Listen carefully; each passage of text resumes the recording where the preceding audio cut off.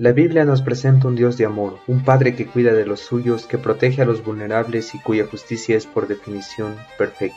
Pero, ¿qué pasa cuando esa misma Biblia nos obliga a mirar el otro lado de la moneda? ¿Qué sucede con los niños, con los que no tenían voz y con los que simplemente estaban en el lugar equivocado cuando la orden de destrucción total fue dada? No es una pregunta para cuestionar tu fe, es una confrontación con la realidad de los textos sagrados que nadie te quiere explicar. Hoy vamos a desenterrar la verdad detrás de los inocentes que Dios, según el relato, ignoró. Y te aseguro que al terminar este video, tu imagen de la justicia divina nunca volverá a ser la misma. Hoy no vamos a hablar de teología barata ni escondernos detrás de frases hechas como sus caminos son imposibles de entender. Vamos a confrontar directamente los relatos más brutales de las escrituras. Vamos a analizar la mecánica del juicio divino no como un concepto teológico, sino como una realidad brutal de daño colateral. Vamos a recorrer toda la historia desde el diluvio hasta la caída de las ciudades donde la inocencia no tuvo nada de valor. Y nos preguntaremos, ¿es nuestra moral humana capaz de entender una justicia que exige el sacrificio del inocente? Si te quedas, vas a entender una faceta de las escrituras que la mayoría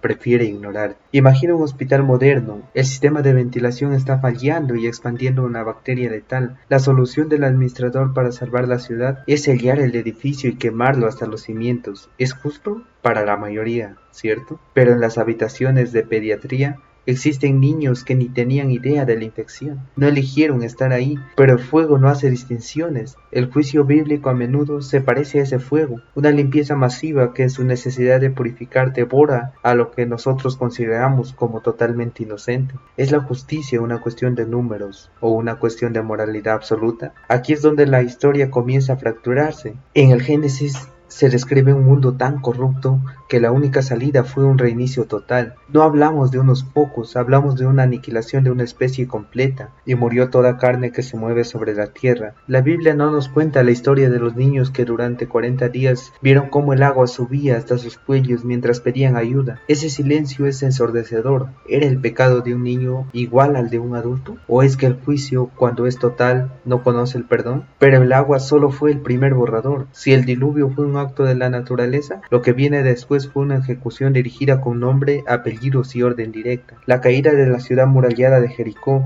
Aquí no hay catástrofe, hay una orden militar divina. Destruyan todo, y destruyeron a filo de espada todo lo que en la ciudad había, hombres, mujeres, jóvenes y ancianos. No hubo excepciones. La orden fue total. Esto nos obliga a preguntarnos, ¿por qué un Dios que luego habla de amor exige en este punto una erradicación que no deja lugar a la compasión? Esto no es un símbolo, es carne, es sangre, es acero. ¿Cómo conciliamos esto con nuestra ética? ¿Es posible que estemos leyendo un relato que no quiere ser amable con nosotros? Y aquí tenemos el conflicto entre la culpa colectiva y la responsabilidad individual. La Biblia intenta corregir esta visión más tarde en el exilio. El alma que peque, esa morirá. El hijo no llevará el pecado del padre. Espera, si Ezequiel dice que la justicia es individual, ¿qué fue lo que pasó en el diluvio o en Jericó?